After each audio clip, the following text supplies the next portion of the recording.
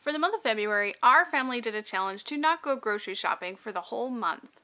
How much did we save? What did we actually spend our money on? Because, we went grocery shopping at least a little bit.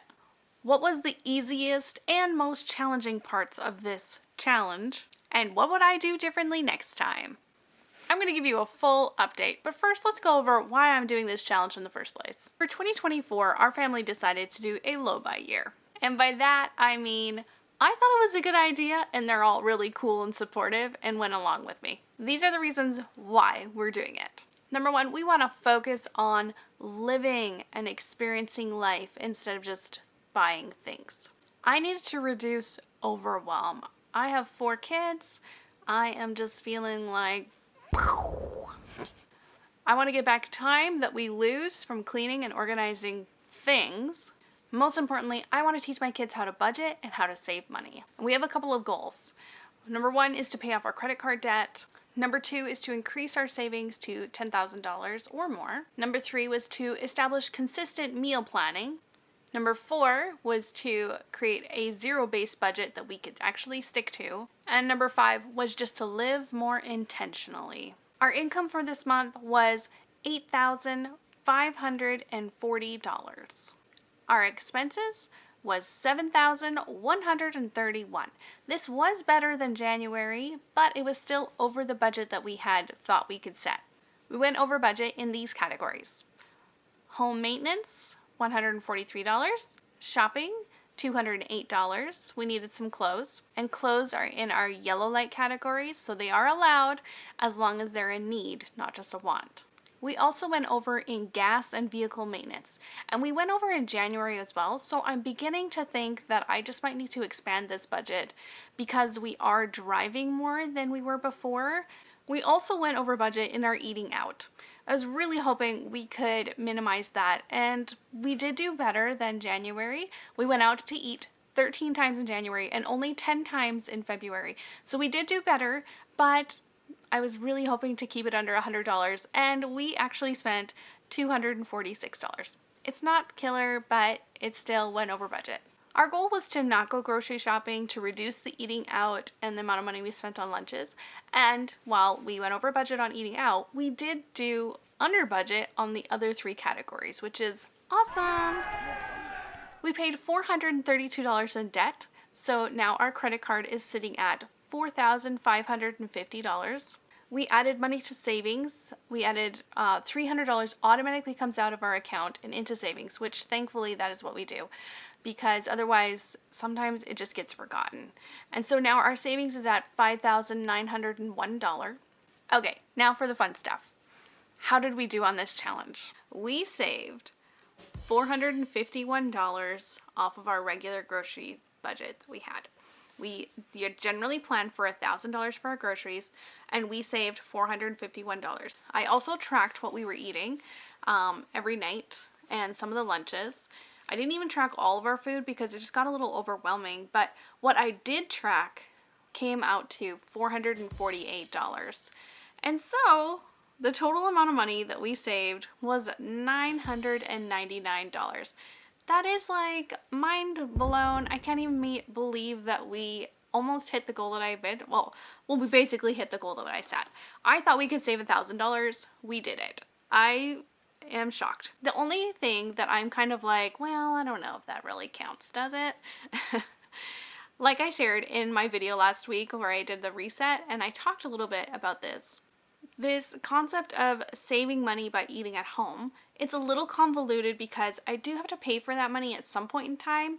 We already have that money, or we already have that food. So by eating it, we're saving money by not buying more food. But we do have to replace that food at some point in time. So it's not totally saved. It's saved this month, but it has to be replaced. So there's that thought. But we're not wasting it. So that is cool. Some of the things that we spent money on were my 4 allowances that we were allowed to have: milk, lettuce, tomato, cucumber. However, I totally forgot about bread. Like, what was I thinking? We eat bread like all the time. So we did have to buy bread.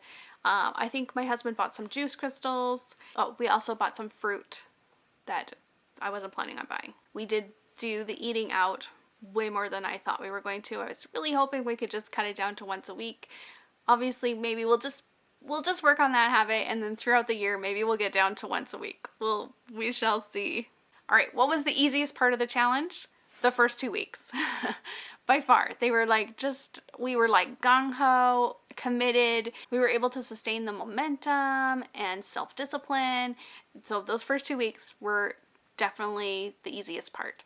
And that's why going forward, I'm going to carry this challenge out throughout the rest of the year. And I will also be doing the first 2 weeks of every month. I'm going to try that out. See if we can do a pantry and freezer cooking challenge for the first 2 weeks of every month. And if we can save $500 every month, that would be wild. Again, I don't know if we'll actually save that much, but that is going to be the goal. We're going to see what we can do. What was the most challenging part of this challenge? Well, I did a video on grocery shopping tips, and I needed some footage for that, and we needed to go grocery shopping. And so we went to the grocery store. We physically went to the grocery store. We spent more at the grocery store than I thought we would have, and I think we spent more than I would have if I had just bought things online. I wanted that footage so that I had real footage for my video because that makes it look cool. So please check that video out because it's a fun one. And I have an additional tip because while we were there shopping, we forgot that our grocery store that we go to Superstore, and they use coins for the carts, and we didn't have coins, and so we didn't get a shopping cart, we got shopping baskets, which saved us money because we couldn't buy all the things that we thought we would want to buy that we saw on sale that we were like, oh, we should get some of those, but we didn't want to carry the giant bag of onions, so it did save us money. So there's another grocery shopping tip. Use a basket instead of a cart. That's in addition to the 40 tips that I gave you in the previous video. You're welcome. I also found it a little challenging to track our meals. I remember to do it weekly. It would have been nice to do daily, but I just didn't have the habit of it. It was really cool to look back on, and I'll share that with you guys here on the screen. Yeah, it got a little overwhelming, especially at the end. I was just kind of noting down what we had for dinner and estimating what we saved. So it wasn't a precise science, but it was close. What was the most successful part of this challenge? Honestly, it was inventorying our food in our pantry and our freezer before we even started the challenge. I am so grateful I did that, and I, again, will be doing that monthly now because it did not take me as long as I thought it was going to. I just looked around the pantry. It probably took about 5-10 minutes in the pantry, and then probably 10 to 15 per freezer. It was not that long. And then going forward throughout the rest of the month, I had the list of food that we already had on hand, and so I could go off of that, and that was just... It was so nice to reference and to see what we already had, and we could meal plan off of those things. And what would I do differently next time I do this challenge? Because we're going to be doing it this month in March. We're starting already. Grocery shopping online. I'm just going to stick to that because while some people are really awesome at grocery shopping in the stores, I was exhausted physically and mentally. It was so overstimulating. I couldn't do it. I'm just remembering why I don't go grocery shopping in person. It's exhausting. And so I'm sticking with my online grocery shopping. You do you if that's not you. The other thing, and I apologize, I was like, hey, you can freeze yogurt. And we did freeze 3 containers of yogurt, and they came out watery afterwards. So we're using them for smoothies. They're not getting wasted, but they are not yogurt anymore. They're just a yogurt drink, more or less. So you can maybe freeze the yogurt drinks. We definitely freeze the yogurt tubes, and the kids eat them like freezies. They love them for that. But the full yogurt containers, I overstepped my bounds there, and I gave you poor advice. So don't follow that advice, okay? The number one thing to stop doing for the month of March is going to be going to bed after midnight. The one thing I want to start doing in March is a $5 a day challenge. I was reading about it, and if you just put $5 away every day, it adds up really fast. And so I think that's something I can do. And coming up later this week, I am going to be talking about my March challenge, which is going to be using the envelope budget budgeting method, which is the cash stuffing method. I am excited about this. I'm a little unsure of how we're gonna do it. We live out of town. I purchase 99.9% of my things online with a card, so I am not totally sure how I'm gonna do it. Cash stuffing with digital purchases. I know it's possible. I know people do it all the time. I also don't go to the bank very often. So we'll see what happens.